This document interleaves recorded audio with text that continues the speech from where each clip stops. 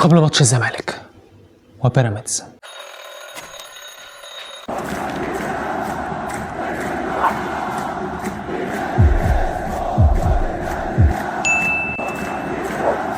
كالعاده توقع نتيجه ماتش الزمالك وبيراميدز ولهجت بطاقه صح ولا اسمه ان شاء الله في فيديو ما خدش بالك منها بعد الماتش بيوم. كل الدعم للزمالك، كل الدعم لمعتمد جمال والجهاز الفني بالكامل، كل الدعم للاعيبه الرجاله. طبعا مش محتاج اكلمك عن اهميه ماتش بيراميدز، ماتش قوي جدا مهم جدا قدام فريق ما عندوش اي مشاكل. فريق بيراميدز مستقر على المستوى الفني، مدرب معاهم دي تقريبا 3 سنين على التوالي معاهم، استقرار اداري طبعا ما عندهمش اي مشاكل، استقرار مادي مرعب مش طبيعي، رواتب عاليه جدا، وفره كبيره جدا في اللعيبه في جميع المراكز. لو بصيت على بيراميدز هو اكتر فريق في الدوري المصري عنده عمق سكواد، وعمق السكواد ده زاد بصفقه زي حامد حمدان بيلعب في 3 مراكز. حامد حمدان مع بيراميدز على فكره، وما قبل بيراميدز حتى بيلعب في اكتر من مركز. ناصر ماهر من اللعيبه المهمه جدا لبيراميدز، ولاعيب مختلف عن جميع اللعيبه رقم 10 اللي موجودين في بيراميدز، مختلف تماما عنهم. دي حاجه اسمها في الكوره يا جماعه عمق سكواد، ده بيخليك في ماتشات كتيره جدا مختلفه تحتاج مثلا اللعيب اللي هو صانع العاب الكلاسيكي فبتحتاجه، اللعيب اللي هو صانع العاب اللي بيخش جوه ال 18 بتلاقيه موجود في بيراميدز، وينج مثلا بيراوغ هتلاقيه موجود، وينج هداف موجود، وينج بهدر كويس. عندهم تنوع بشكل مش طبيعي، ولكن طبعا ربنا كبير، ربنا فوق الكل، وان شاء الله ربنا هيوفق نادي الزمالك. النهارده ان شاء الله اكلمك عن كل حاجه عن بيراميدز، بيلعبوا ازاي في الهجوم في الدفاع، نقاط قوتهم ايه، نقاط ضعفهم. يا تقول عندهم نقاط ضعف؟ طبعا عندهم نقاط ضعف طبعا، وهقول لك كل حاجه باللقطات وبالصور. والنهارده هضيف حاجه كمان، هقول لك معلومات عن بيراميدز، معلومات رقميه على حاجات معينه بيراميدز مميز فيها، لازم اقول لك بالارقام وبالاحصائيات.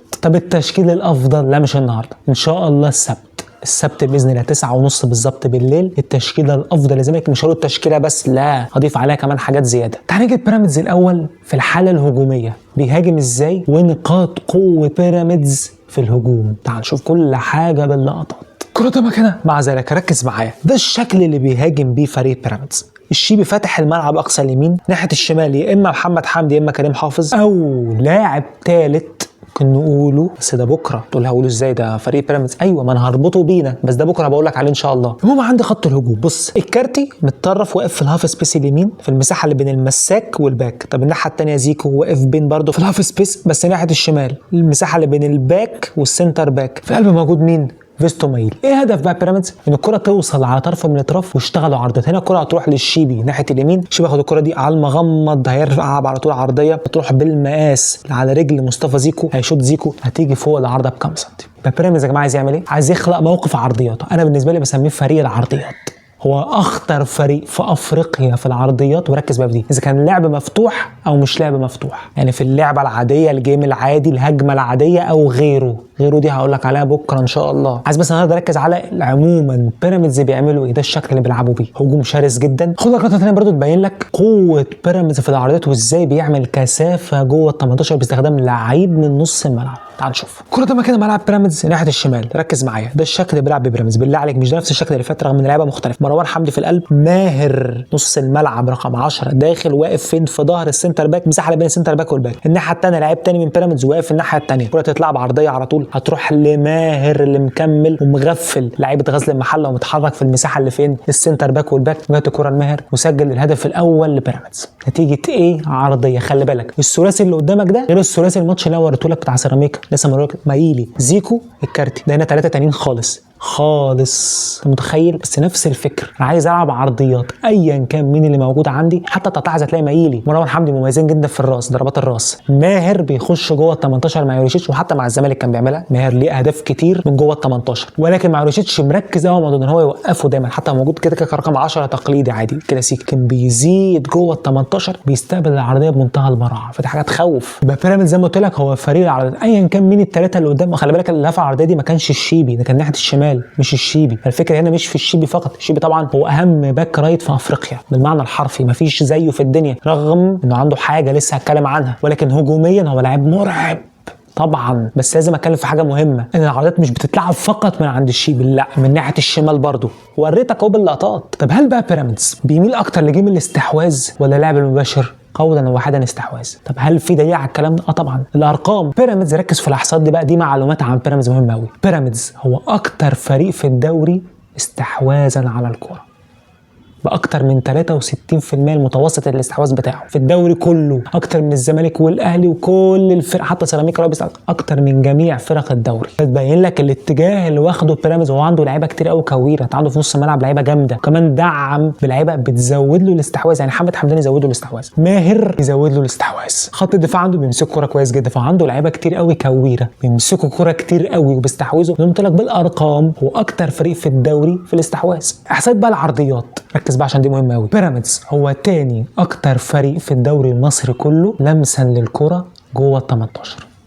تتبين لك ان هو فريق بيوصل كتير جدا، بيلمسوا الكره جوه كتير 18 نتيجه العرضيات الكتير اللي بيلعبوها بيلمسوها جوه ال 18 بيسجلوا منها. لو ركزت كده على اهداف بيراميدز فقط من غير اي حاجه تلاقي اغلبيه الاهداف اللي بيسجلوها من عرضيات او من حاجه تانية ان شاء الله اقول لك عليها بكره، دي مهمه قوي بس عايز اتكلم عنها لوحدها. بس خلينا نركز زي ما قلت لك في الجيم عموما. عرضيات فريق بيراميدز خطر جدا، فريق بيلعب على الاستحواذ، فريق بيلمس الكرة كتير جدا جوه البوكس. ده بالارقام وبالاحصائيات، مش جاي اكلمك مثلا كلام من دماغي، لا ده بالارقام. بيراميدز من افضل فرق الدوري لما يكون افضل فريق في الدوري في حته الاستحواذ والعرضيات، او ان هو بيلمس الكرة كتير جوه ال 18. فده فريق خطر جدا، بيلمس الكرة كتير جوه ال 18 دي معناها ان احتماليه انه يسجل اعلى منطقيا. هو ما بيلمس الكرة كتير جوه، وعنده لعيبه بتسجل كتير، وعنده لعيبه بتتعامل مع العرضيات بمنتهى البراعه، وعنده لعيب باك يمين بيلعب العرضيات بمنتهى الرعب، مرعب. الشيبي باك يمين مرعب في العرضيات مش طبيعي يا جماعه. حتى لو انت لعيب تعبان العرضيه هتجيلك وهتجيب منها جول. ده باك جديد. يعني ايه؟ في باكات بيلعب عرضيه الفيرود بيحاول يعمل مجهود مضاعف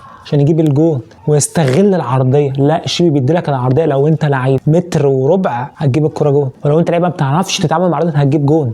دي الفكره، هو بيحط لك الكوره محتاج بس انت تحطها بدماغك بس تلمسها، الكوره بتبقى رايحه جون اصلا بس محتاج تلمسها فقط. فالشيبي لعيب مرعب في العرضيات. طبعا مش محتاج اقول لك ان الجبهه اليمين في بيراميدز جبهه مرعبه عموما. بكده انا خلصت لك بيراميدز في الهجوم بيهاجموا ازاي، ابرز حاجه بيعملوا ايه بالارقام بكل حاجه عنهم. تعال نيجي بقى لبيراميدز دفاعيا بيضغطوا ازاي وايه افكارهم.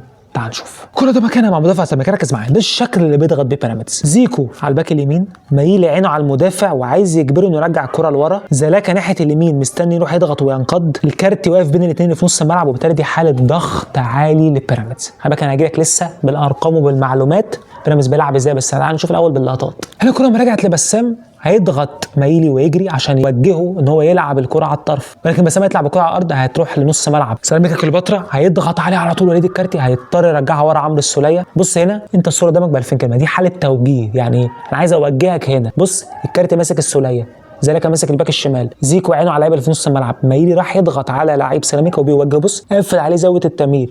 هنا اللاعب سيراميكا هيلعب الكره على طول لقدام لإيجولا. بص هنا الصوره قدامك ب 2000 كلمه، إيجولا اتزنق، ضغطوا عليه لعيبه بيراميدز وزنقوه خالص ناحيه التماس وقطعوا الكوره. يبقى هنا يا جماعه بيراميدز يا جماعه في الناحيه الدفاعيه ومعهوش الكوره فريق شرس جدا في الضغط العالي. ونيجي بعد الاحصائيات، بيراميدز من اكتر فرق الدوري حصولا على الكوره في الثلث الاخير في الضغط العالي. فريق مرعب في الموضوع ده، فريق ما بيسيبكش تمرر الكوره كتير، ودي حتى بالاحصائيات اعتقد هو رقم 2 أو 3 في الاحصائيه دي، ورقم 2 بيراميدز ما بيسيبش اللي قدامه يمرر الكوره كتير. يعني مثلا هتلاقي مثلا باص الثاني الثالث يخش يقطع الكوره زي ما انت شفت، اخرك مثلا اخر 5 باصات مثلا هيروح واخد منك الكوره على طول وهياخد منك الكوره. دي مصيبه. ليه يا حبيبي؟ اللي عنده لعيبه قدام جامده، هيرمي المايل انفراد، مصطفى فتحي انفراد، هيرمي زيكو انفراد، لماهر انفراد، وعنده لعيبه اللي تلعب السرور، عنده مهند لاشين، عنده حمد حمدان، عنده ماهر، عنده لعيبه تقدر انها تمرر في المساحه صح، ولعيبه لو قطعت الكوره انسى، رعب بقى بعيد عنك. يبقى بيراميدز يا جماعه على مستوى الضغط فريق شرس جدا في الضغط العالي جدا، مش من النوع اللي بيسيبك تعال، لا لا لا هيضغط على الحارس زي ما انت شفت وريتك كل حاجه باللقطات. سلام معتمد جمال لازم نخلي بالنا من الموضوع ده، لو التحضير هيبقى في ريسك ما نحضرش خلاص، ما هو فريق شرس جدا في الضغط. قطع الكوره من سيراميكا اللي هو فريق سيراميكا يا جماعه قدامنا احنا كان بيطلع بالكوره زي السلام عليكم، وانا كلمتك ساعتها في التحليل زي السكينه في الحلاوه بيطلع بالكوره، فكون ان هو مش عارفين يطلعوا بالكوره بالشكل ده قدام بيراميدز، يبقى بيراميدز بيضغط صح وبيضغط حلو. ده يا جماعه بالارقام زي ما قلت لك من افضل فرق افريقيا في الضغط. روشيتش على فكره قوته في ده، الحماس اللي بيدي لعبه، وعلى فكره مش موضوع مش حماس بس، الموضوع علم ودراسه وتدريب، مفيش حاجه اسمها يلا بينا نضغط، على فكره غلط في الكوره، يلا بينا نضغط دي كلها لو لعيب بيعرف يطلع بالكوره الفرق المنافسه هتوصل انفرادات على بيراميدز.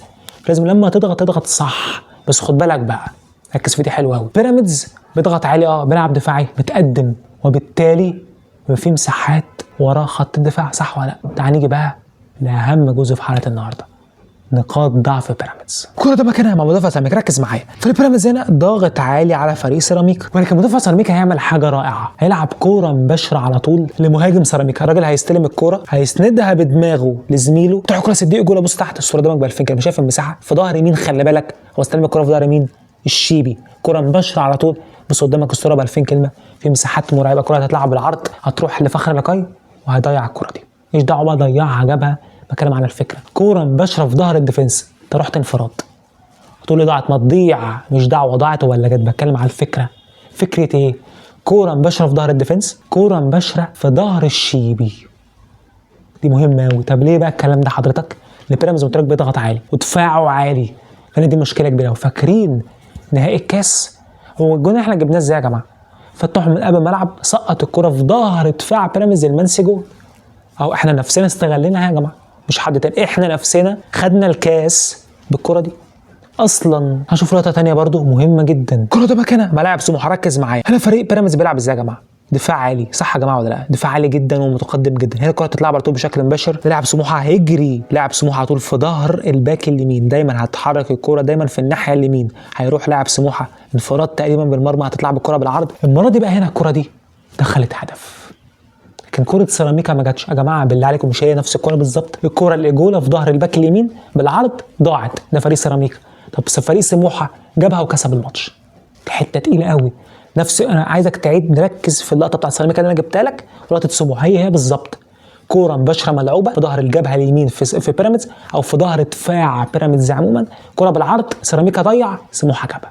هنا يا جماعه دي نقطه ضعف واضحه جدا في بيراميدز. اولا الدفاع المتقدم من بيراميدز ريسك كبير، بيسيبوا مساحات كبيره جدا في ظهرهم، انا كزمالك خد بيها كاس مصر، لوب فتوح لمنسي انفراد، نفس الكرة بالظبط. ثانيا الشيبي يا جماعه قوه هجوميه مرعبه، انا بقول لك اهو قوه هجوميه مرعبه، ولكن دفاعيا الشيبي عنده مشاكل كبيره جدا، بيتقدم كتير دفاعيا عموما، عنده مشاكل الشيبي عموما، حتى في الواحد على واحد الشيبي على فكره عنده مشكله. انا بقول لك لو لعيب عليه جامد اقسم بالله يرقصه وهيسلفته الارض، بس احنا ما فيش عندنا وينج شمال في الدوري المصري عموما فلته، ما فيش، مش في الزمالك بس، عموما في وينجات شمال كويسه بس ما فيش لعيب فلته اللي هو يمسك. انا بقول لك الشيبي دفاعيا خلي بالك انت ممكن توقفه بخطه معينه، هقول لك بكره ان شاء الله في التشكيله هتبان لك اكتر، لكن الشيبي فريق هجوميا مرعب.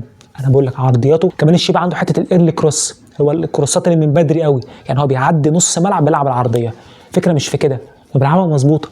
ما فرحتي، ما انا ممكن اجيب محمد هاني يقول له العب عرضيه من بعد نص الملعب، بس مش هيعرف، هيلعبها اي بطيخه تطلع بره. لكن الشيبي بيلعب الكروس من بعد نص الملعب كانه بيلعبه مرتاح ومن الثلث الاخير، كانه بيلعب كره ثابته مثلا، او كانه بيلعب ركنيه مثلا بسهوله، مفيش حد ضاغط عليه، وبتروح الكره بالمقاس على دماغ لعيب بيراميدز. دي حاجه عظيمه يا جماعه. بس العظمه دي اللي عنده في الهجوم نقطة ضعف كبيرة جدا دفاعيا، انه فريق زي ما قلت لك هو لاعب عنده مشكلة كبيرة جدا في الواحد على واحد الشيبي. انا بقول لك اهو في المساحات دايما اللي في ظهره، هو بيركز دايما على الهجوم، ان انا هفضل اهاجم قدامه، هو فعلا هو ناجح في ده جدا، بس دفاعيا مشكلة كبيرة جدا. يبقى هنا يا جماعة بيراميدز عنده نقطتين ضعف، مساحة كبيرة جدا ورا خط دفاع بيراميدز انه بيلعب دفاع عالي، ده اولا. ثانيا ثغرة كبيرة جدا عند الشيبي، وعنده لعيب ثالث ثغرة بس هو مش موجود، اتصاب، محمد حمدي مش موجود ومصاب. وعلى فكرة الباك الشمال برضه في بيراميدز معلش، يعني لو محمد حمدي اللي هيلعب خد بالك عشان دي فيها حتة بلوت تويست هقول لك عليها، لان انا حاسس شامم ريحه حاجه معينه روشيتش هيعملها، خليك فاكرها، روشيتش هيعمل حته فنيه جامده، ما هو ان شاء الله هقول لك عليها بكره. ولكن الشيبي ثغره كبيره جدا زي ما قلت لك، المساحه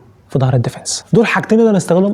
طبعا لو لاحظت هتلاقي اهداف الزمالك بقى لنا فتره كده بنعرف نستغل المساحه في ظهر الديفنس في اكتر من فريق، واخرهم الماتش اللي فات، يعني ماتش زد احنا جون خوان ازاي كنا اتلعبت على طول في ظهر الديفنس عندهم، فاحنا بنعرف نستغل ده. التحولات، يبقى التحولات على بيراميدز في الحته دي بالذات خطر جدا، اللعب المباشر في ظهر بيراميدز خطر جدا. وبالتالي الزمالك لو عايز يستغل نقاط ضعف بيراميدز العب على طول الكره في ظهر دفاع بيراميدز، لان في مساحه كبيره ورا في ظهر دفاع بيراميدز ده اولا. ثانيا الشيبي باك هجوميا قوي ولكنه ثغره كبيره جدا دفاعيا، سهل ترقصه وسهل تستلم الكره في ظهره اللي بتقدم كتير جدا. بس يا جماعه ده كان مقابل الزمالك وبيراميدز، واتمنى كمان ان احنا نركز، وانا يا جماعه رسالتي هنا للعيبه وللجهاز الفني، احنا واثقين فيكم، واثقين في ربنا الاول ثم فيكم، ايا كان النتيجه المهم تعملوا اللي عليكم فقط، انا مش فارق والله العظيم. حتى قلت في ماتش زد حلفت بالله قلت لك كده، لو النتيجه دي كانت خلصت حتى 2-1 لزد كنت تطلعوا لي ان احنا لعبنا حلو ووصلنا كتير، لكن العارضه وبتاع وضيعنا، لكن الحمد لله كسبنا. فانا يا جماعه بحلل لك الماتش، المباراه اللي حصل فيها عموما، لو لقيت ان في حاجات حصلت ايا كان النتيجه ان شاء الله الزمالك يكسب باذن الله، بس بقول لك عموما لازم يا جماعه نعمل اللي علينا. بدايه من التشكيل، بدايه بالتشكيل. ثانيا ان نستغل نقاط ضعف بيراميدز عندهم يا جماعه عندهم، ولازم يا جماعه نامن بفريقنا يا جماعه ونثق في ربنا وفي فريقنا يا جماعه، لازم، مفيش حل تاني.